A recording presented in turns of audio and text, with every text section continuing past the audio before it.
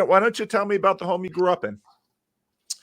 I grew up in, the first 10 years of my life, I was born in 1979.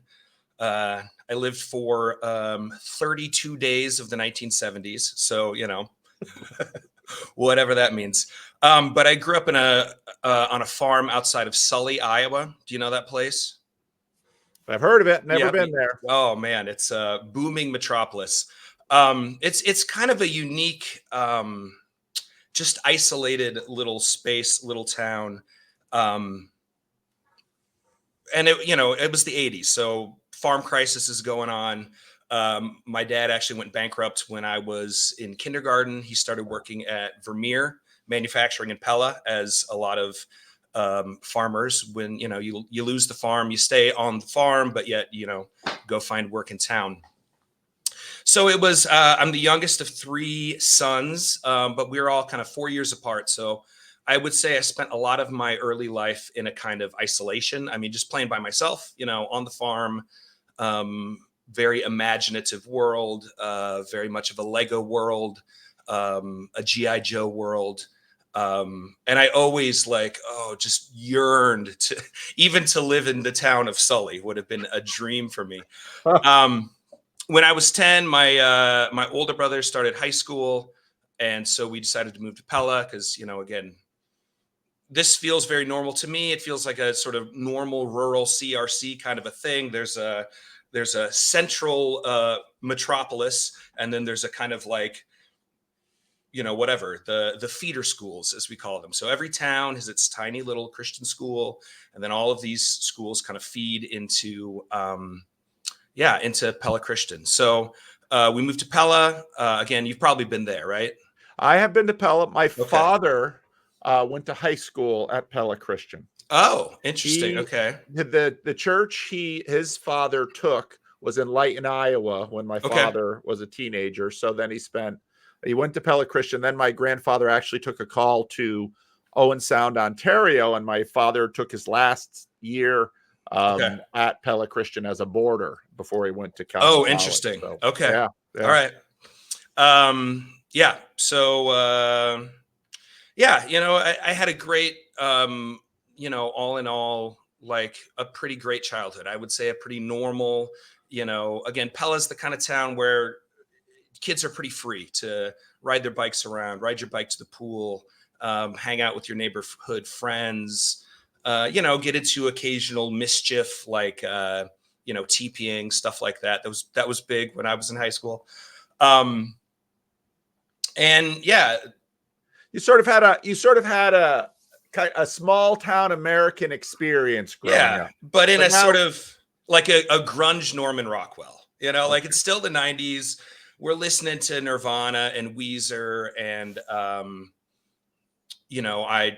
played guitar, and so it wasn't quite 1950s. Although I will say, Sully is one of those places that is like sealed in amber. Like the CRC that I grew up in reminds me so much of the stories that my father-in-law would tell about Edgerton, Minnesota in the 1950s and 60s. Like sitting there with no air conditioning in church, just the fan on me while we, sitting through whatever. Just a very typical, do you know Carl Klompine? Yeah, I've heard the name. He's got a bunch of sons too who are pastors.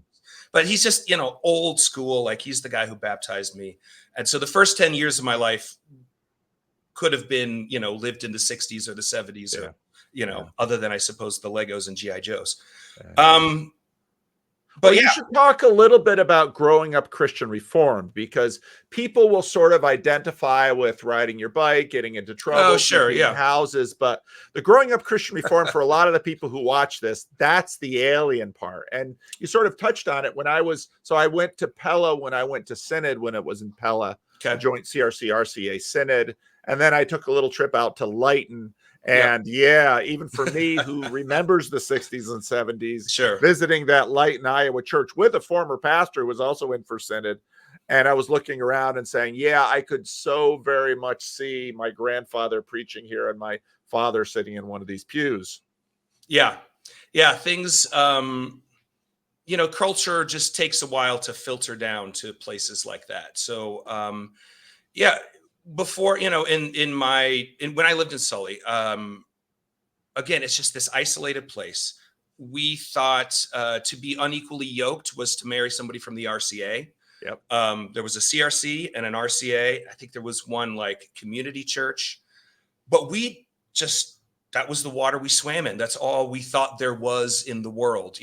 We didn't have Dobson on the radio yet, right? There wasn't a broader American Christian culture. There was our church, there was the CRC. I guess we had heard of Catholics, maybe we had like heard of Baptists, but we had never met any such people, or Lutherans or anything else, like mainline. I don't know what that meant. But Pella would have been a little different, though. Oh, yeah. So Pella was diverse. Oh, for sure. Yeah. Pella was different. And I think just the way that, again, the way the culture sort of was filtering in faster in the 90s. We had cable television. We had MTV. The people in Sioux Center did not have MTV in the 90s. But in Pella, we got to have MTV. So, we could look at people like Kurt Cobain, and we could sort of see this broader culture and connect to that. The internet arrived sometime when I was in high school, which, again, what did I use the internet for? I discovered that you can find chords to all of the songs that anybody ever plays on the internet. And so I would sit in my basement, print these things off on my dot matrix printer, and just that's how I learned to play guitar. But yeah, church twice on Sunday, no question about that. There just weren't questions. Like, these weren't options. There had to be, a couple of feet of snow if we were going to skip church. Yeah. Yeah, and even then, that's a modern. I don't think in my father's day they ever canceled church. Oh no, we didn't cancel church. But I lived on a farm, and we had like a 1/4-mile long driveway, and so it was like we would listen to First Pella on the radio and still have to like sit there, And again, I want people to listen to this and remember, this dude's talking about the 90s. Oh, yeah. And for those, I know, so I've been putting a lot of CRC stuff on the channel because it's synod time. Yeah. And this is really important background for sort of understanding what's going on in the CRC now. Yeah, let me add two things. Here's a good CRC word that you will appreciate. House bazook was a very big deal. So that was like elder visitation, and you put on your Sunday clothes, you take a bath or a shower before they come. So you're like, it's summertime, I'm out playing in the yard or whatever. You get called in, elders are coming. I was not impressed, but sit there, right? They ask you questions, but make sure they check up on your faith life development. And it wasn't like mean. They weren't trying to bust you or get you into trouble, but it was just sort of how it went. And we still do that. I don't know if you do that at your church, but we still have that at our church. And it's more, I think, now focused on something like community building. It's not really connected to church discipline or something like that. Go ahead. Can I add a slightly more sinister view of House Bazook? Sure. You've been to the Netherlands, right? Yes. In the Netherlands, it still sort of feels like this. People put lace curtains on their windows.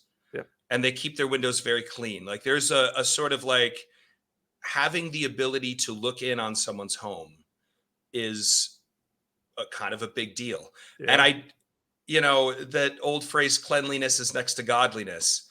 I think that they don't want you to just go to the confessional. They want to enter into your home. Like, is it clean? Is it put together? This is sort of like, Passover, looking for that last crumb of yeast or something like that. Maybe that's real. Maybe that's not real, but there's something to it there. In many Dutch CRC homes too, you still had the parlor, which was the nice front room that as a kid, you didn't play in, you didn't dirty. The room was always set. If the domini, which for those of you who don't understand, that means the Lord, which is the minister. If the domini comes by, the parlor had better be set. You had better have cookies and coffee for the domini.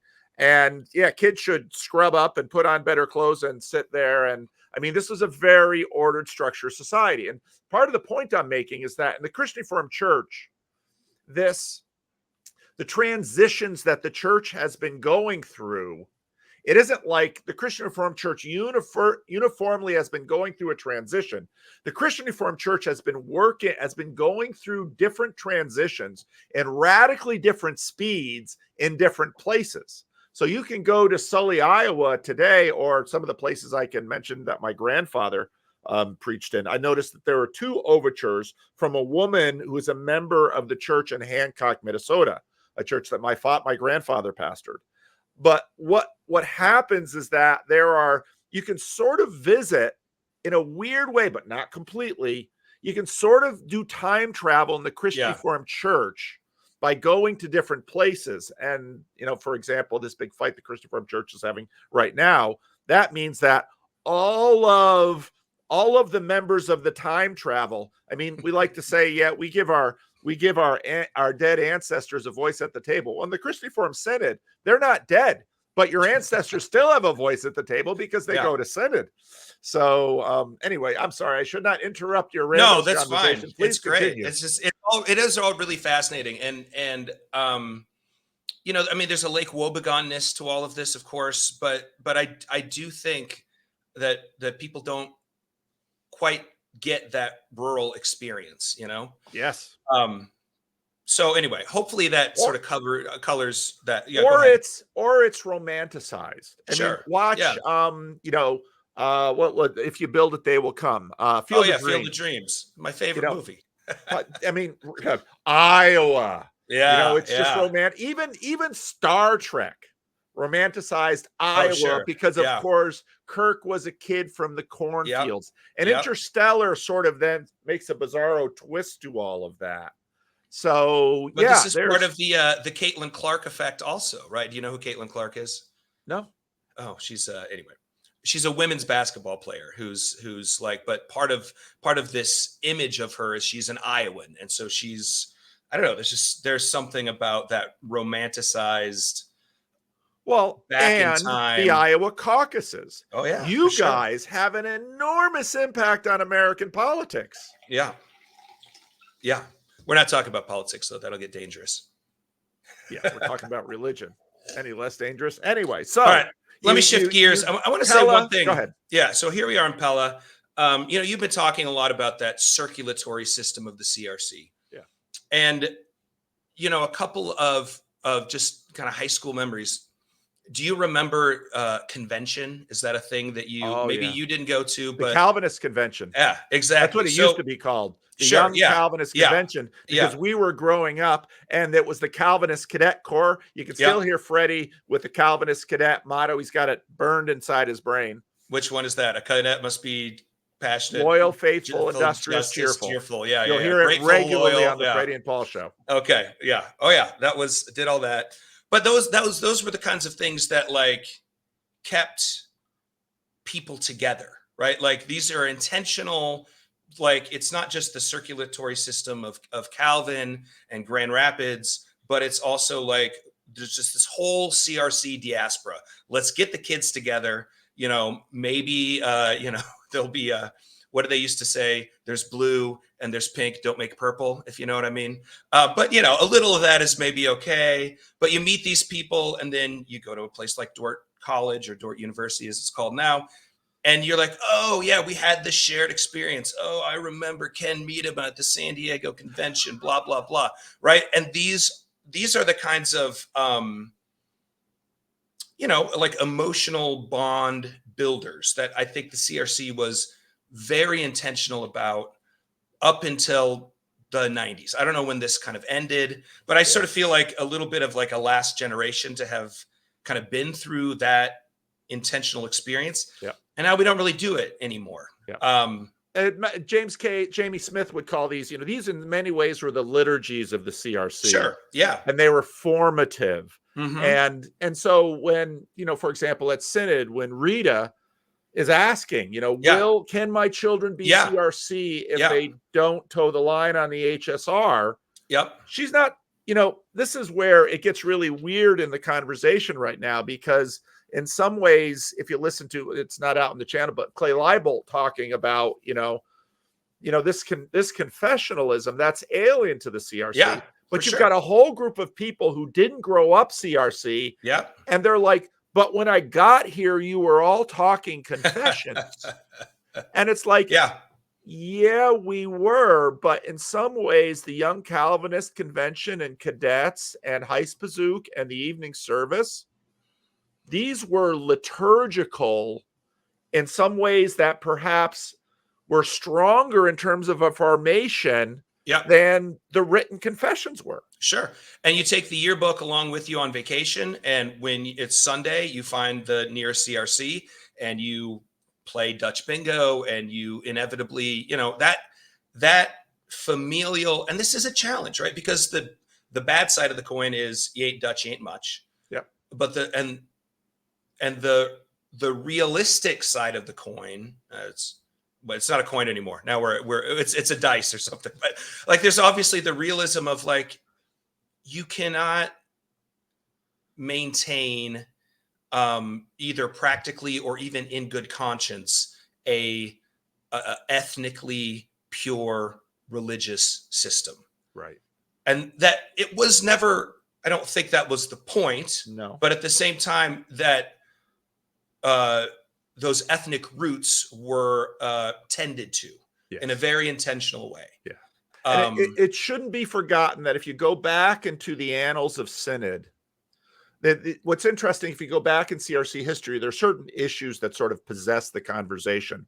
One of them was the question of whether you could baptize adopted children. Oh, wow. I mean, that was a big issue. And so, and now probably a lot of those children would have also been Dutch. Sure. From Bethany Home and things like this, because the CRC established those institutions. But you're very right that in many ways, much of this liturgy was formed before the Second World War. Sure. Even before the First World War, before there was this mixture in terms of American society. Dutchmen would move as a group to colony areas. They would build institutions together. They would isolate from the others, and that you went to Christian school. And if the colony was broad enough, you would go to Christian school K through 12. Yep. You would, if you were lucky enough, you probably came to America to work on a dairy, but your aspiration was to own a dairy and then to pass dairies down to your children. Yep. So the Christian Reformed Church was in many ways operating as a little insular subculture. Sure. Which, of course, the Second World War comes and sort of scrambles that. But many of that strong formation and identity, survived then intergenerationally into the 80s and 90s. But because by about that point, I'm a teenager. I'm a college student in the 80s. I'm a teenager in the 70s. But you already see it breaking down. Yep. Yeah, and another maybe interesting point. So my father's father, was an immigrant, and he came over kind of between the world wars. A really weird, certainly not a part of a wave of immigration. Part of, I think he had some other family in the area, and it was kind of during the Depression. And so he started off as a door-to-door Raleigh spice salesman. But with that same, then renting a farm and eventually owning a farm, and with the dream of passing that farm down through the generations. Who's that?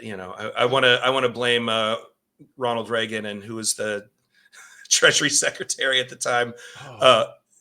It'll come to me in a little bit, but anyway, I want to blame those guys for jacking up interest rates and making that not happen. But that's again, we're not talking politics here, are we? Well, you can go all the way back to the Dust Bowl years and hating the bankers, Yeah. And, yeah. So, okay. So you're at Pella, you're in high school. Wanted to avoid going to Dort with every, part of because there's not just one circulatory system in the other. No. There's this Dort circulatory system. We have, and what are those little extra, like, I don't know, arteries or, some additional pumping that happens. Yep.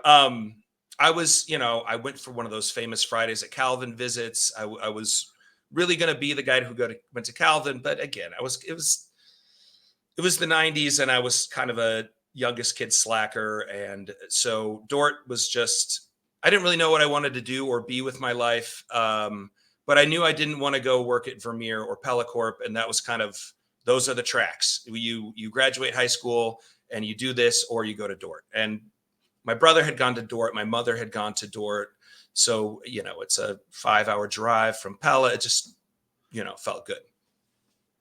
But that's really where, I mean, I don't know that I had specifically heard the name Abraham Kuyper before I arrived at Dort. And it was actually in an English class with the man who is now my father-in-law, who, yeah, I married into, I love Dort so much, I just married into it, but who introduced me to Abraham Kuyper, again, in our writing class. So that, it's what, 1998. That's how seriously Dort took Kuyper. Oh, yeah. At that time. Yeah. And I would say still, I mean, maybe not as much, but it was everywhere and everything, Abraham Kuyper. Maybe talk a little bit about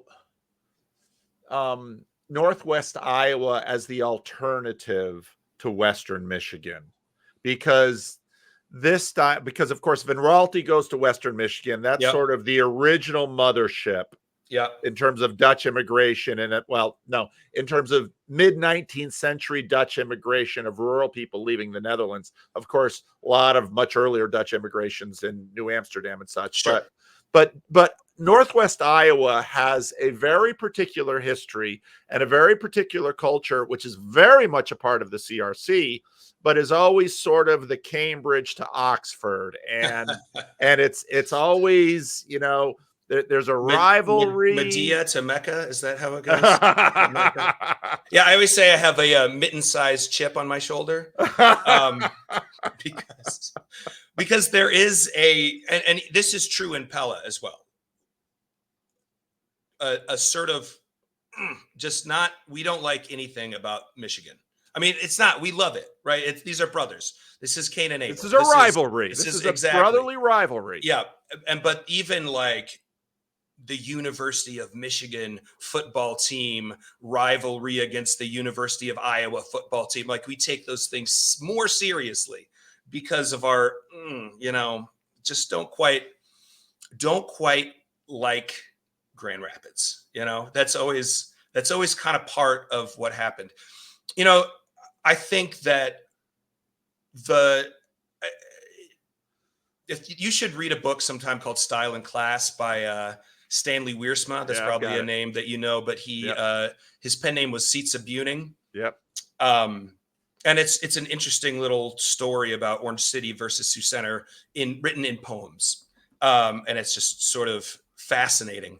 But part of the story, I think, of Iowa, again, this is a Little House on the Prairie story. It's a Lake Wobegon story, but these stories are built through hardship, built through the reality of you have to stick together if you're going to make it here on the wide open plains. Like, life is rough here. Winters are rough. There's, everything, right? There's flooding, there's tornadoes, it's just, I like to make jokes about, Michigan isn't insular, but it's peninsular. It has its own kind of ecosystem, and there's really only one way in and out. But we are the opposite of that. We are wide open, to everything. And, everything that wants to show up here, I guess. So yeah, it takes a more, it's a DIY kind of a culture. It's a rely on your neighbors kind of culture. It's one of my favorite Dutch phrases, like that kids would always say, is like zelfdoen, like we can do it ourselves. And that's what Dort is. That's what, Sioux Center Christian School here, which was also founded by B.J. Hahn, I think the oldest Christian school west of the Mississippi. we could do these things ourselves. And this is probably also why we love Abraham Kuyper so much, because he is I'm going to start my own denomination. I'm going to start my own political party. I'm going to start my own newspaper. I'm going to start my own, all of this stuff. So there's a kind of like, I mean, I don't always love that language of self-made man, because it's not self-made, it's community made, but it's a community made community. We made this. This is ours. That Onza idea, like it's more real for us. I think. Does that make sense? Yeah, makes perfect sense. And BJ Hahn, what's interesting too is that Americans don't know Canadian politics, but Canadians know American politics. Iowans know Grand Rapids politics, but people from Grand Rapids don't know Iowa. Sure. Except for the New York Times is constantly writing stories about us. But that's true. And I'm sure there's a lot of people in West Michigan that are just a little. Yeah. Why aren't they writing stories about us? At least Michigan is a swing state. At least they got that. But we won't talk about politics. No, exactly. But everything has a political mode. So this is just. So you go to Dordt, and it's so funny because I'm hard pressed to think in either college or seminary to hear much about Abraham Kuyper at Calvin College or Calvin Seminary in the 80s. My grandmother kept whittling down his library as they were at Raybrook Manor, and he was allowed finally one little bookshelf, and the last two books that went before he kind of had a stroke and dementia were Bavinck in Dutch and Kuyper in Dutch. And that was, it's like Grace, you're not getting these two volumes out of my fingers. Dead. But today, even when on Voices we talk to, they're Dordt grads. Yeah. Very Kuyperian. Yeah. But of course, Kuyper is an interesting animal because both sides, lots of people appeal to Kuyper for lots of different reasons. When I hear Doug Wilson talk about Abraham Kuyper, I'm like, will the real Abraham Kuyper please stand up? Let's go back though to that sense of, I mean, the term you use is circulatory system. I'm not quite sure that works, but let's go back to that for a moment, because I think there's something there about denominational leadership. I mean, what happened to the CRC?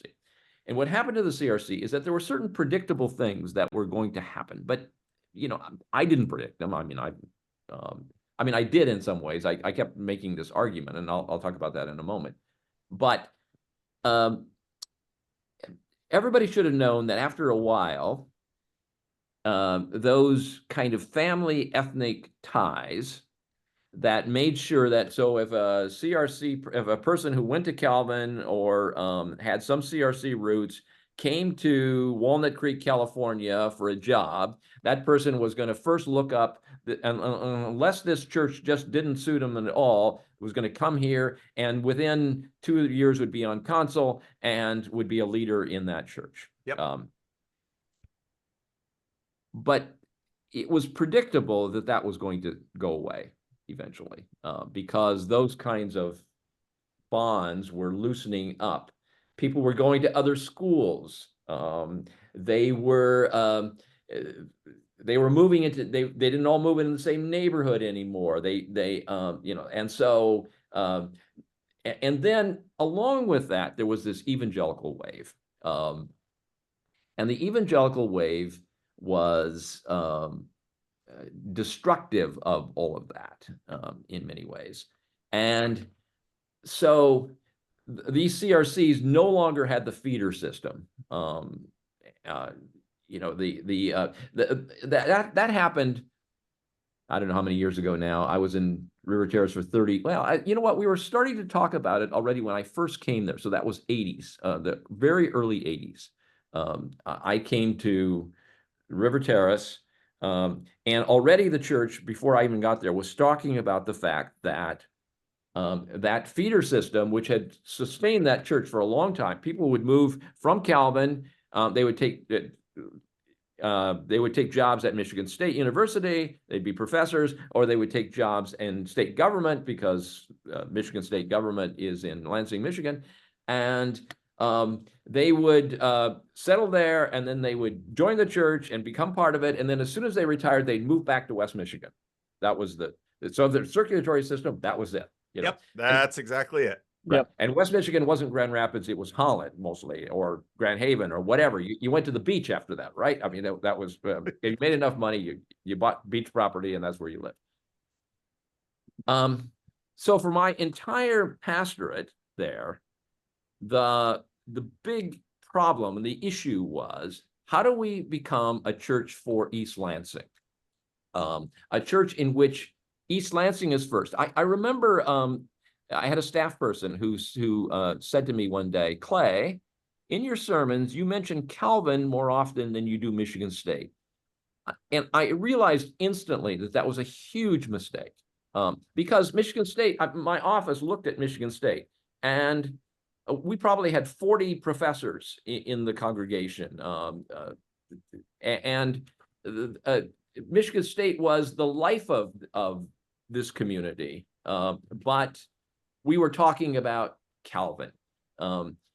There was, people would say to me, and they say to me now, actually at Walnut Creek, they would say to me, you know, we come and we like what we find here. You know, we like the worship, we like the people. It's a friendly place. And then at a certain point we hit a wall. And what was that wall? That wall was a wall of experiences and background. Ethnic is a kind of word you could throw over top of it, but it wasn't entirely ethnic. It had to do with Calvin.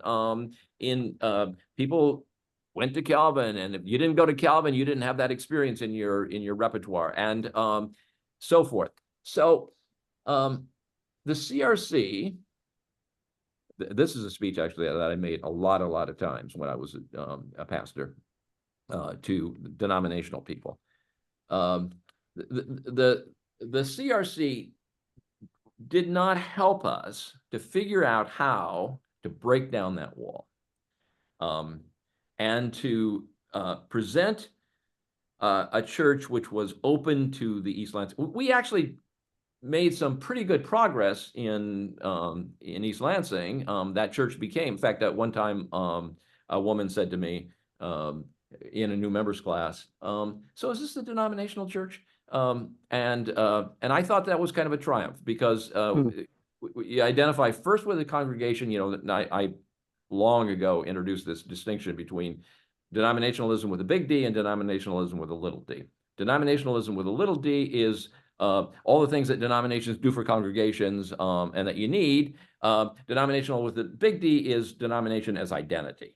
So where does you get your identity? You get it from the congregation, or you get it from the denomination? That was a huge question all the way through that whole thing. And that has not yet been entirely solved in the Christian Reformed Church. It is an ethnic church in many places still, and it does not know how to bring people in, and you know, we can talk more about that, but that's still true.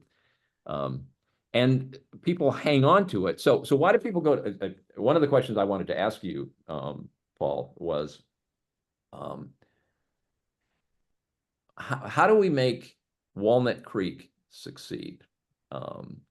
So this is the congregation, as you said. I mean, you could tell that you could do the whole history just in terms of Walnut Creek. So yep. Walnut Creek was a burgeoning church in the days when there were a lot of people moving in who had Calvin background. It got involved in a financial scandal that bled away some people. Then when women in office came, they called the pastor, and the pastor was in favor of women in office. And I just heard this story again yesterday, that the vote was very close to whether or not to call this person. And when the vote went in favor of calling this person, half the congregation left. Yep. Formed a URC. Yep. And then over the years since, it's kind of just gone down. It's a very small congregation in a very large, beautiful facility, in a prime location. Yep. In a community that's very desirable to live in. Yep.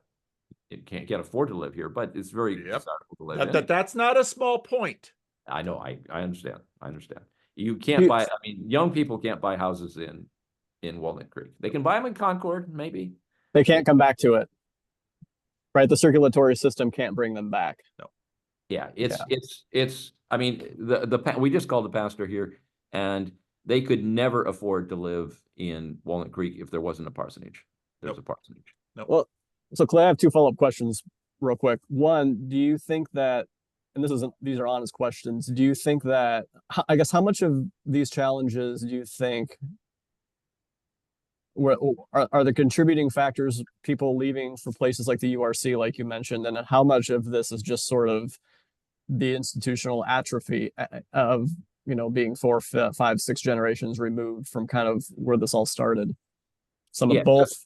I mean, so the issue was, and still is, how to present a and this is to some extent the issue that we're fighting right now.